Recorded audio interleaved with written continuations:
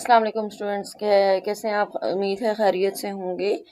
Ninth class आपको पता ही होगा कि कंप्यूटर की जो बुक है वो चेंज हो चुकी है। इस बुक में काफ़ी सारी चेंजेस हैं। ठीक है, तो अब जो अपलोड होंगी वीडियोस वो इस न्यू बुक की होंगी और न्यू बुक के लेक्चर्स हम डिस्कस करेंगे। ठीक है, न्यू बुक के बारे में ही हम जो है वो जानेंगे और उसकी ही बुक डिस्कस करेंगे, उसकी के लेक्चर्स अपलोड किए जाएंगे। तो ये जो है वो बुक आपकी, इसमें प्रीवियस के कुछ टॉपिक्स इंक्लूड किए हुए हैं, बाकी सब न्यू है। ठीक है, और नया कॉन्सेप्ट है इसमें सारा कुछ। थोड़ी समहाउ मुश्किल भी है। तो आप जो है वो अच्छे से इसको इन जितने भी लेक्चर्स अपलोड किए जाएंगे सारी की सारी आप अच्छे से जो है वो सुनिएगा, पूरी वीडियो देखिएगा और ताकि आपको सब कुछ अच्छे से क्लियर हो सके। स्टार्टिंग में ही जो है वो नाइन क्लास के स्टार्टिंग में ही आपको जब अच्छे से सारा क्लियर हो जाएगा वीडियोस वगैरह से, तो आपको प्रॉब्लम नहीं होगी एंड तक। ठीक है, तो चलते हैं हम अपने जो है वो लेक्चर की तरफ। सबसे पहला जो आपके पास यहाँ पे टॉपिक है वो एवेल्युएशन ऑफ कंप्यूटर ही है, जो कि हमने पुरानी बुक में पढ़ा था। ठीक है, तो यहाँ पे टॉपिक वही है, लेकिन उस वैल्यूएशन ऑफ कंप्यूटर्स में भी कुछ कंप्यूटर्स ऐड किए हुए हैं, कुछ डिवाइसेस जो हैं वो डाली हैं इन्होंने एक्स्ट्रा। ठीक है, कुछ चेंजिंग है, वो देखते हैं हम क्या चेंजिंग आई है।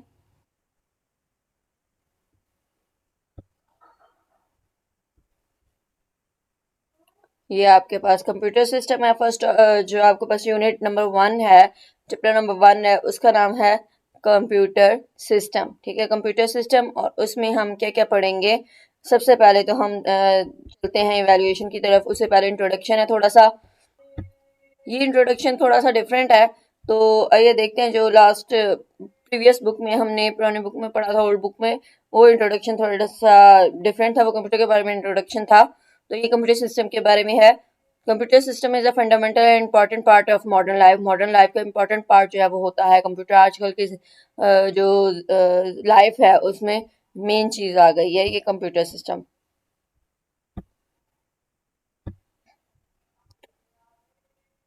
It has revolutionized the way we work, communicate, learn and entertain ourselves. ये इनकलाब आया है इस तरीके से, इस कंप्यूटर सिस्टम की मदद से, कि हम जो काम कर सकते हैं इससे कम्युनिकेट कर सकते हैं, लर्न कर सकते हैं, बहुत कुछ सीख सकते हैं। कम्युनिकेट लोगों के साथ भी किया जा सकता है, इस पे बहुत सारा काम भी हम कर लेते हैं, और इसके अलावा एंटरटेनमेंट भी हमको हमें ये प्रोवाइड करता है। ठीक है, तो इससे हम कम्युनिकेट भी करते हैं लोगों के साथ, इस पे हम वर्क भी करते हैं, जो भी हमें काम लेना होता है हम इससे लेते हैं, इससे बहुत कुछ हम सीखते भी हैं, और इसके अलावा गेम्स के ज़रिए से हम एंटरटेन भी होते हैं, या कोई और चीज़ यूट्यूब चला के हम एंटरटेनमेंट भी हासिल यहाँ पे करते हैं। ठीक है, the computer system is not just a single device. ये सिंगल डिवाइस नहीं है। जब भी आपके जहन में जब भी आपके सामने जो है वो कंप्यूटर सिस्टम की बात की जाए, तो आपके जहन में क्या आता है?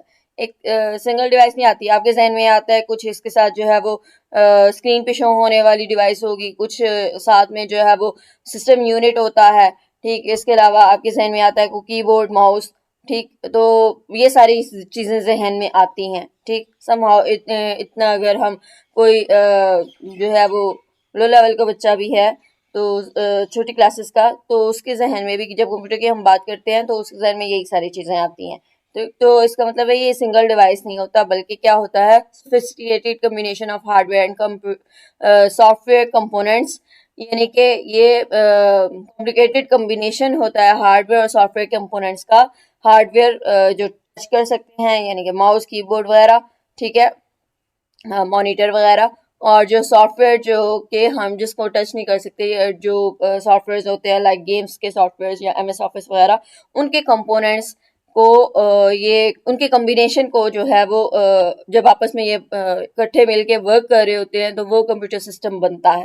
That work together to process information. Information को प्रोसेसिंग कराने के लिए, प्रोसेस करने के लिए इंफॉर्मेशन भी जो हम उसे देंगे, या प्रॉब्लम सॉल्व जो करवानी है, प्रॉब्लम सॉल्व करने के लिए, या फिर क्या है, execute a multitude of task. बहुत ज़्यादा सारा टास्क जो हम उसको एग्जीक्यूशन के लिए दे रहे होते हैं, उस पर प्रोसेसिंग करने के लिए जो हार्डवेयर और सॉफ्टवेयर कंपोनेंट्स आपस में इकट्ठे मिल के काम करते हैं, वो कंप्यूटर सिस्टम एक्चुअली कहलाता है। ठीक, होप सो आपको समझ आ गई। नेक्स्ट क्या है, understanding computer system is very important in today's digital life, whether someone is a casual user है, वो कैजुअल यूज कर रहा है अपने घर घर में आम रूटीन के लिए यूज कर रहा है, या प्रोफेशनली इसको यूज कर रहा है, ये इंपॉर्टेंट पार्ट ही हो गया है कंप्यूटर सिस्टम जो है वो हर एक की जिंदगी का। ठीक, it empowers the users to utilize the capabilities of computers for diverse purposes. It empowers यानी कि ये जो है वो यूज़र को इतने इस काबिल बनाता है, बाख्तियार बनाता है कि जो कंप्यूटर्स हैं, कंप्यूटर की जो एबिलिटीज़ हैं, कैपेबिलिटीज़ हैं, उसकी जो सलाहियतें हैं, उसको वाइड रेंज ऑफ पर्पसेस के लिए यूज़ किया जा सके। यानी कि डाइवर्स मतलब ज़्यादा पर्पसेस इसके जो है वो वाइड रेंज में इसके पर्पसेस जो है वो उसके लिए कंप्यूटर को यूज़ किया जा सके, जैसे कि फॉर बिजनेस के लिए, या साइंटिफिक रिसर्च के लिए, या क्रिएट एक्टिविटीज़ हैं, एंटरटेनमेंट और एक्टिविटीज़ क्रिएट करने के लिए, और बहुत सारी इसमें पर्पसेस हो सकते हैं कंप्यूटर को यूज़ करने के, कंप्यूटर की कैपेबिलिटीज़ को यूटिलाइज करने के लिए यूज़र जो है वो इस काबिल उसको मतलब उसके पास इख्तियार दिया जाता है उसको। ठीक है, तो एम्पावर्स का मतलब बख्तियार बनाया जाता है, बनाता है। तो ये आपका इंट्रोडक्शन था, होप सो आपको समझ आ गई इसमें क्या उन्होंने कहा। रिवाइज कर लेते हैं कि ये कंप्यूटर सिस्टम इतना मतलब रेवोल्यूशनलाइज हो गया, इतना इनकलाब ला चुका है कि इससे हम काम ले सकते हैं, इससे हम कम्युनिकेट कर सकते हैं दूसरे लोगों के साथ, इससे हम लर्न कर सकते हैं बहुत कुछ, और इसके अलावा हम एंटरटेनमेंट भी हासिल कर सकते हैं इसकी मदद से। ठीक है, अपने आप को एंटरटेन भी कर सकते हैं। तो कंप्यूटर सिस्टम जो है वो एक सिंगल डिवाइस नहीं होता, बल्कि हार्डवेयर और सॉफ्टवेयर के कॉम्प्लिकेटेड हार्डवेयर और सॉफ्टवेयर की कम्बिनेशंस से ये बनता है, और ये आपस में मिलके यानी कि हार्डवेयर और सॉफ्टवेयर कंपोनेंट्स से आप आपस मिलके काम करते हैं, प्रोसेसिंग इंफॉर्मेशन पे करते हैं, वर्क करते हैं इकट्ठे मिलके, इंफॉर्मेशन पे प्रोसेसिंग करनी है, प्रॉब्लम सॉल्व करने के लिए प्रोसेसिंग होनी है, या बहुत सारे मल्टीट्यूड टास्क एग्जीक्यूट करवाने हैं, तो उसके लिए जब प्रोसेस किया जाएगा तो ये इकट्ठे मिलके जो है वो काम करेंगे। ठीक, तो नेक्स्ट आपके पास क्या है कि चाहे इसको कैजुअल यूज़ किया जाए या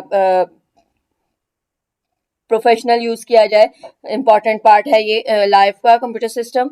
और इसकी मदद से जो यूज़र है वो उसके पास एबिलिटी हो जाती है, उसके पास ये अख्तियार आ जाता है कि वो बहुत सी वैराइटीज़ ऑफ पर्पसेस के लिए इसको कंप्यूटर की कैपेबिलिटीज़ को यूज़ कर सकता है, जैसे फॉर बिजनेस के लिए, या साइंटिफिक रिसर्च के लिए, या क्रिएट एक्टिविटीज़ और एंटरटेनमेंट के लिए इसको यूज़ किया जा सकता है कंप्यूटर को।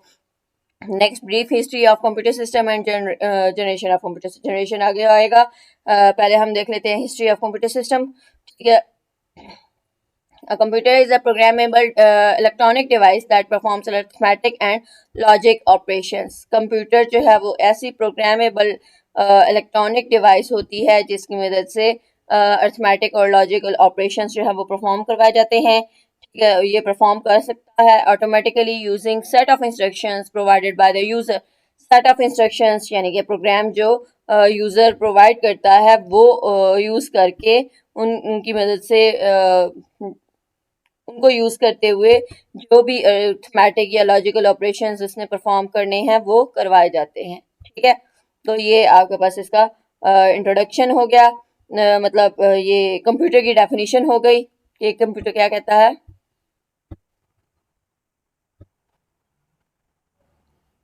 when we when we study the aspects of computing and computers, computer और कंप्यूटर के एस्पेक्ट्स जब हम रीड करते हैं तो हिस्ट्री ऑफ कंप्यूटर की बात आती है, उसके बारे में जानना जो इम्पोर्टेंट होता है। अर्ली कंप्यूटिंग डिवाइसेस, ह्यूमन पहले जो है वो डिवाइसेस मतलब काउंटिंग के लिए क्या यूज़ करते थे, लीव्स यूज़ की जाती थी, स्टोन्स, बोन्स और स्टिक्स, इनकी मदद से जो है वो काउंटिंग की जाती थी। ठीक है, तो कंप्यूटर जब तक नहीं आया था, जब कंप्यूटर आया तो फिर कंप्यूटर की मदद से जो है वो कैलकुलेशंस और काउंटिंग करवाएगी। मोर computing devices were produced as technology advanced and human intelligence improved over time. A few early age computing devices are discussed as follows. सबसे पहले आपके पास है जी अबैकस। ठीक है, अबैकस हमने प्रीवियस जो ओल्ड बुक थी उसमें भी यही पढ़ा था। Abacus was one of earliest, उसका कॉन्सेप्ट भी हम यहाँ डालेंगे। ठीक है, रिवाइज करेंगे। Earliest counting device consisting of beads और स्टोन्स और ऑन रॉड्स और wires It has been used for centuries in various cultures for arithmetic calculations by sliding beads to represent different numerical values for different numerical values. Abacus जो है वो earliest calculating device है, ठीक है। और इसके अलावा इसका जो अगर स्ट्रक्चर की बात करें तो हमने क्या पढ़ा था कि एक वुडन बॉक्स होता है, it contains a wooden box having parallel wires, parallel rods और वायर्स, ठीक है।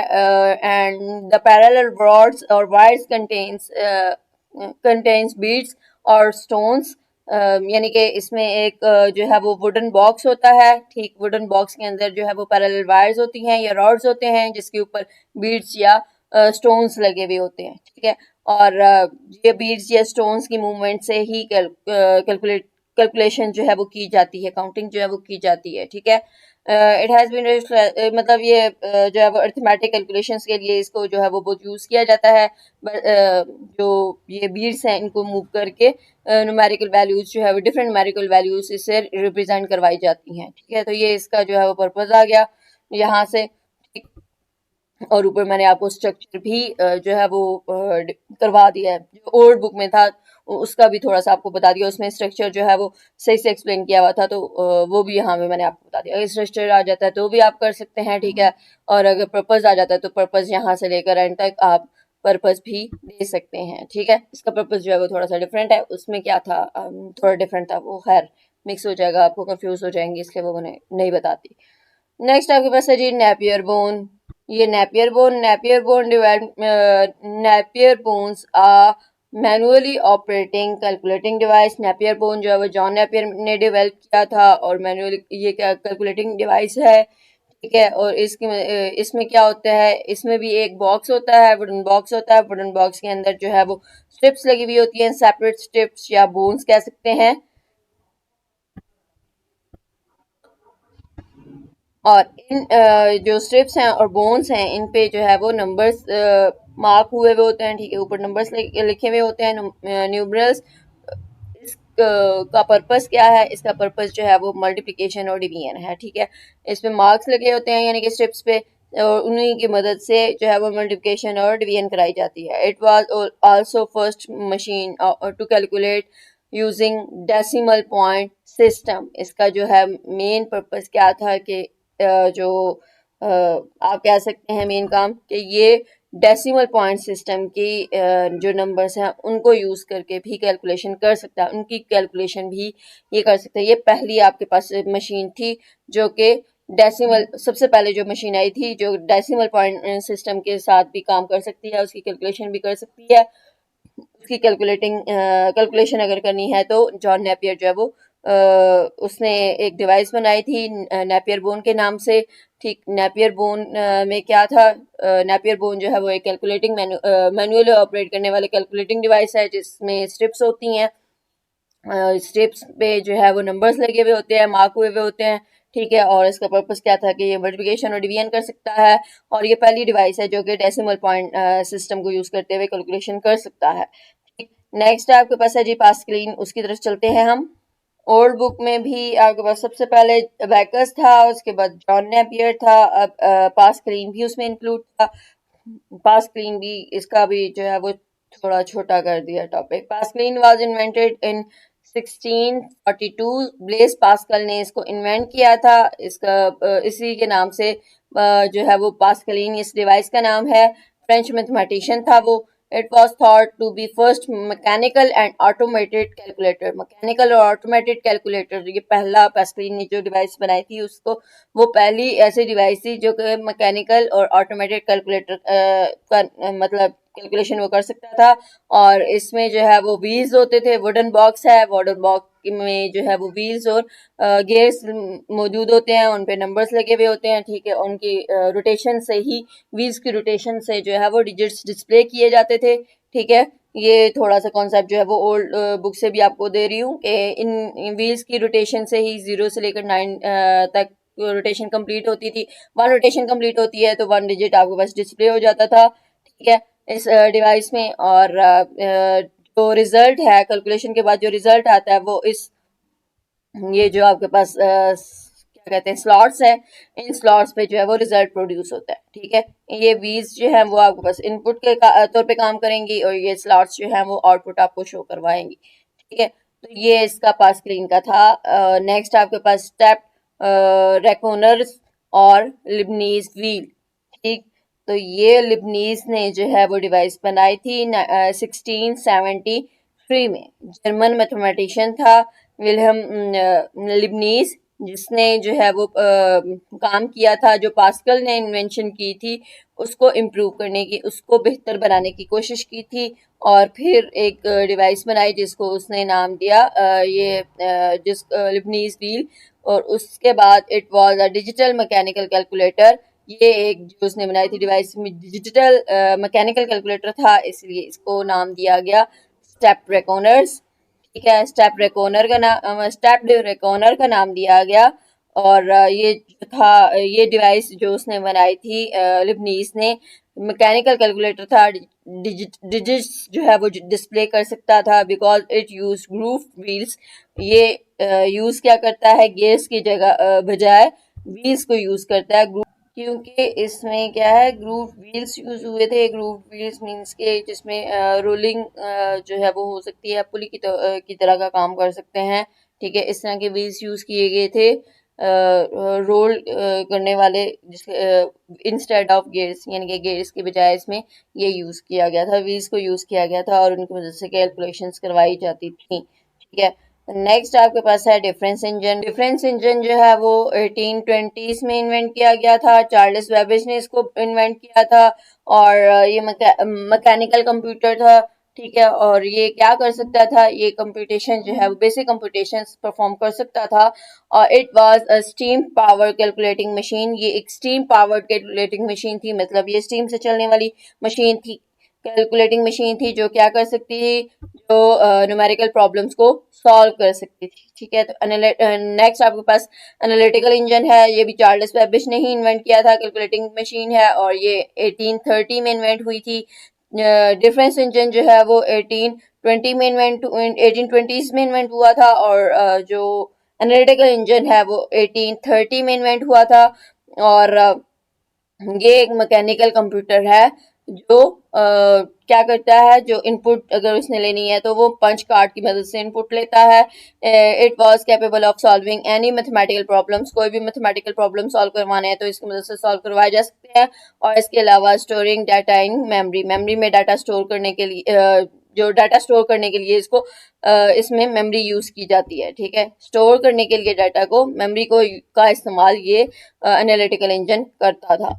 तो आजकल जो हम डिजिटल कंप्यूटर्स यूज करते हैं उसमें भी मेमोरी का इस्तेमाल होता है और उसमें भी डाटा को स्टोर करने के लिए मेमोरी यूज की जाती है। तो हम कह सकते हैं कि एनालिटिकल इंजन जो है उसने फाउंडेशन बुनियाद रखी थी किसकी, ये डिजिटल कंप्यूटर्स की। ठीक है, डिजिटल कंप्यूटर्स की बुनियाद रखी एनालिटिकल इंजन ने। मतलब आप कह सकते हो कि ओरिजिन जो है वो कहाँ से आया था, एनालिटिकल इंजन से, ये जो डिजिटल कंप्यूटर्स हैं उनका।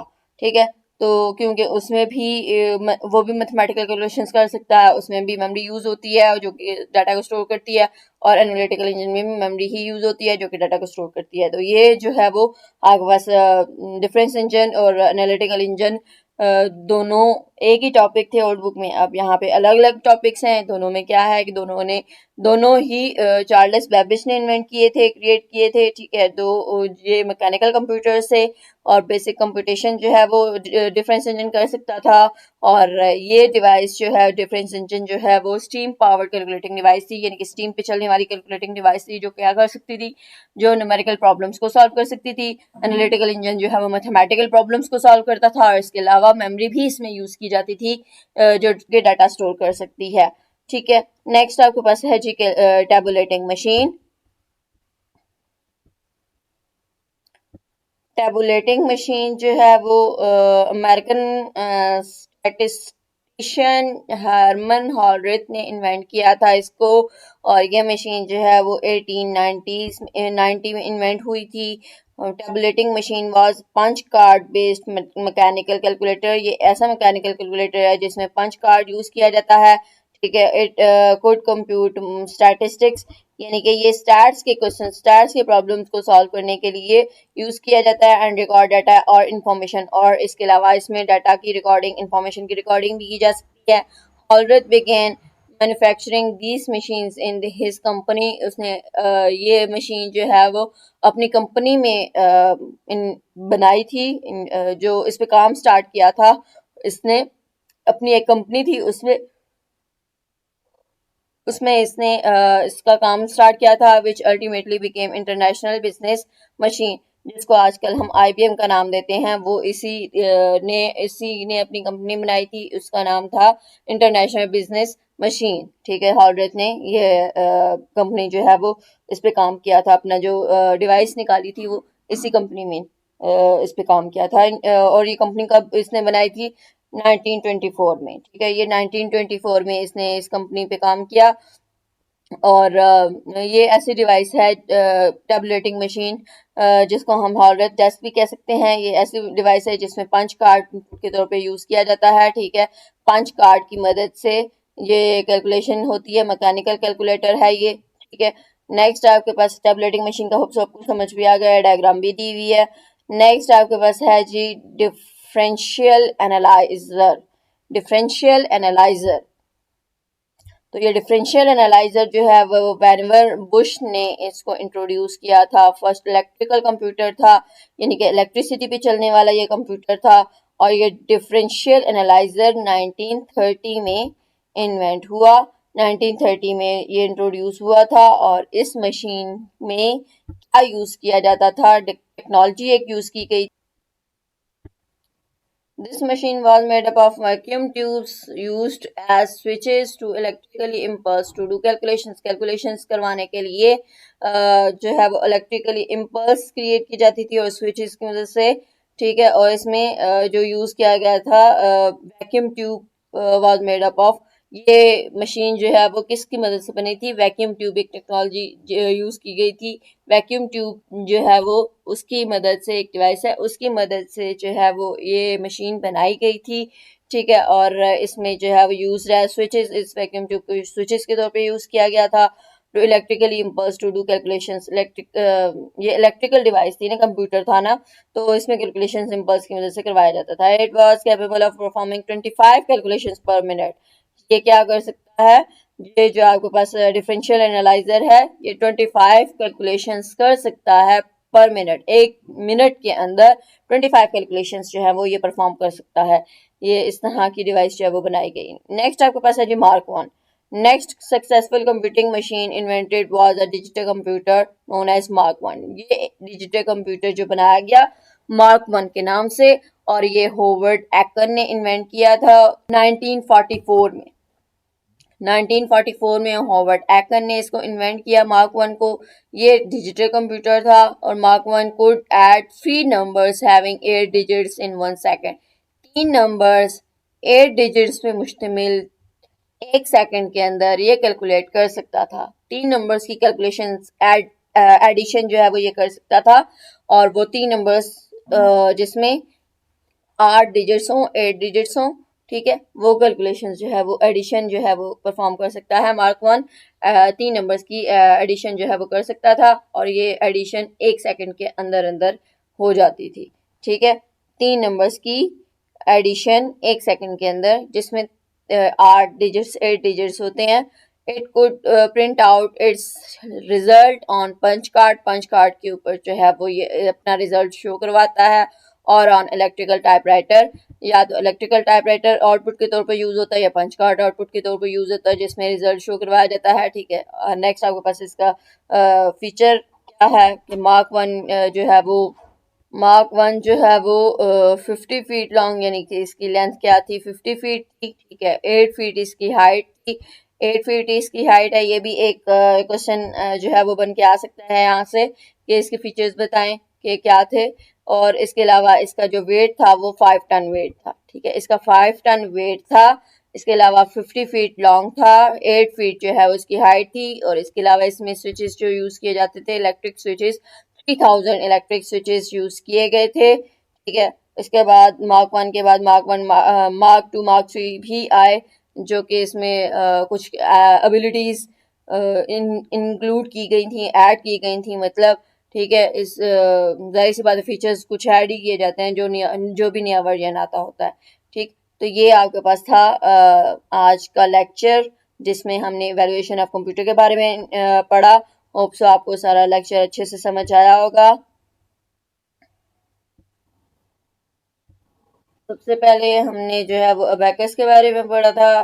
पहले जो काउंटिंग होती थी वो स्टिक्स, व्हील्स और स्टोन्स, बीड्स वगैरह पे, यानी कि बोन्स पे की जाती थी। ठीक है, फिर उसके बाद कंप्यूटर जब आए तो कंप्यूटर पे कैलकुलेशन की गई। ठीक है, और जब टेक्नोलॉजी एडवांस हुई, more computing devices were produced as technology advanced and human intelligence improved over time.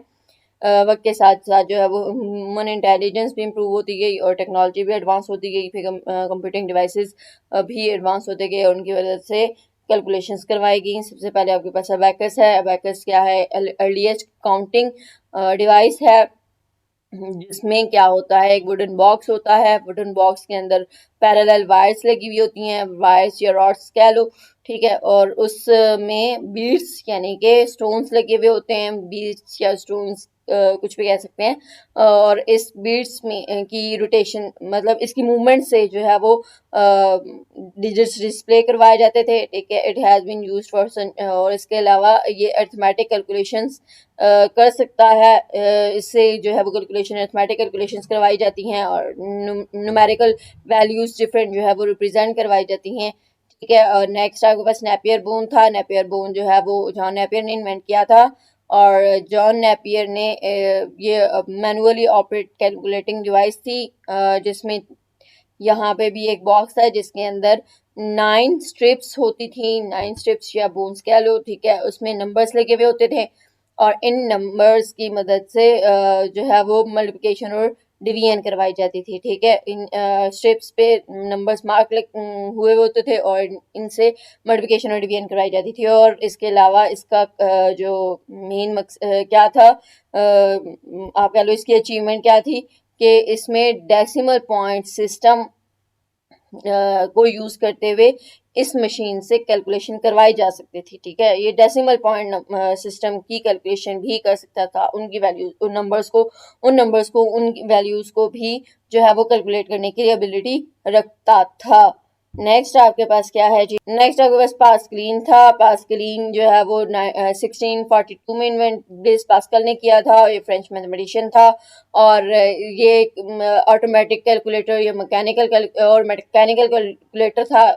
ये जो उसकी डिवाइस थी पास्कलीन, ये पहली मैकेनिकल और ऑटोमेटेड कैलकुलेटर था। और इसमें भी वुडन बॉक्स यूज होता है। वुडन बॉक्स में व्हील्स लगे हुए होते हैं, व्हील्स या और गियर्स लगे हुए होते हैं। ठीक है, इन व्हील्स की रोटेशन से ही नंबर्स जो है वो डिस्प्ले किए जाते थे 0 to 9।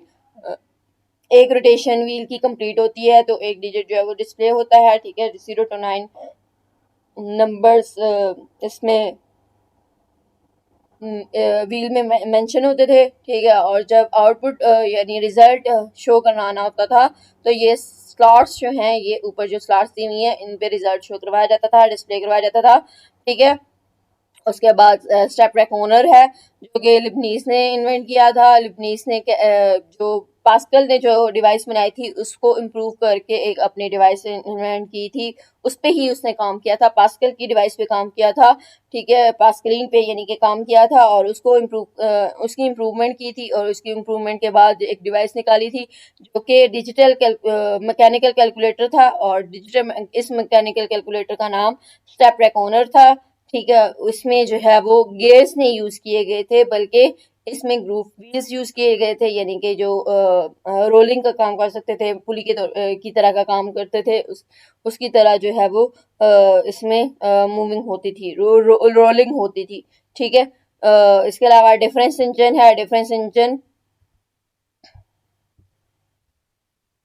क्या करता है? डिफरेंस इंजन आपके पास जो है वो 1820 में इन्वेंट हुआ था। चार्ल्स बेबेज ने इसको क्रिएट किया था और ये मैकेनिकल कंप्यूटर है जो कि बेसिक कंप्यूटेशंस कर सकता है। और ये डिवाइस जो है वो, ये मशीन जो है वो स्टीम पावर कैलकुलेटिंग मशीन है। स्टीम पावर कैलकुलेटिंग मशीन मतलब कि स्टीम पे चलने वाली मशीन है और ये न्यूमेरिकल प्रॉब्लम्स को सॉल्व कर सकती है, जबकि एनालिटिकल इंजन जो है वो मैथमेटिकल प्रॉब्लम्स को सॉल्व कर सकता है। और एनालिटिकल इंजन जो है वो 1830 में इन्वेंट किया था, चार्ल्स बेबेज ने ही इसको इन्वेंट किया था। और इसमें जो है वो पंच कार्ड इनपुट के तौर पे यूज किए जाते थे, ठीक है। और इसमें एबिलिटी क्या थी कि ये मैथमेटिकल प्रॉब्लम्स को भी सॉल्व कर सकता था, और इसके अलावा इसमें मेमोरी यूज की जाती थी डाटा को स्टोर करने के लिए। ठीक, नेक्स्ट आपके पास है जी टेबुलेटिंग मशीन। टेबुलेटिंग मशीन क्या करता है? टेबुलेटिंग मशीन जो है वो हरमन हॉर्रिथ ने इन्वेंट की थी। इस मशीन को 1890 में इन्वेंट किया गया था, और इसमें आउटपुट के तौर पे punch card based mechanical calculator था। Punch card based mechanical calculator था, और इसमें स्टैटिस्टिक और इसके अलावा स्टैटिस्टिक्स कैलकुलेट किए जा सकते थे, और इसके अलावा इसमें इंफॉर्मेशन रिकॉर्ड भी की जा सकती थी, ठीक है। इंफॉर्मेशन या डाटा जो रिकॉर्ड करना है वो भी इससे करवाई जा सकती थी, ठीक। और इसके अलावा हॉलरथ ने ये मैन्युफैक्चरिंग स्टार्ट की थी इस मशीन की एक कंपनी में, ठीक है। अपनी कंपनी में इसको जो है वो बनाना स्टार्ट किया था, और उसकी कंपनी का नाम जो था क्या था? International business machines. International business IBM international business machine, जो कि हम आजकल करते भी हैं। इस कंपनी का नाम 1924 में जो है वो ये मशीन आई, और इस पे इसने इस कंपनी में इसने अपनी मशीन पे काम करना स्टार्ट किया। और नेक्स्ट आपके पास है जी डिफरेंशियल एनालाइजर। डिफरेंशियल एनालाइजर क्या है? डिफरेंशियल एनालाइजर जो है वो वेनेवर बुश ने इसको इंट्रोड्यूस किया था। ये पहला इलेक्ट्रिकल कंप्यूटर है जो कि जिसका नाम डिफरेंशियल एनालाइजर है। 1930 में ये आया, ठीक है। और इसमें स्विचेस यूज किए गए थे। ये ऐसी मशीन है जिसमें वैक्यूम ट्यूब यूज की गई थी, ठीक। और वैक्यूम ट्यूब्स की मदद से ये बना था, ये मशीन जो है वो बनी थी as used as switches to electrically impulse देने के लिए स्विचेस यूज किए गए थे, स्विचेस के तौर पे काम किया गया, इस्तेमाल हुई थी ये vacuum tube to do calculations, ताकि परफॉर्म करवाई जा सके। इम्पल्स इलेक्ट्रिकली इम्पल्स जो है वह जनरेट इसलिए किए जाते थे ताकि कैलकुलेशन करवाई जा सके। और इसकी एबिलिटी क्या थी? इसकी एबिलिटी ये थी कि ये 1 मिनट के अंदर 25 कैलकुलेशंस जो है वो परफॉर्म कर सकता था।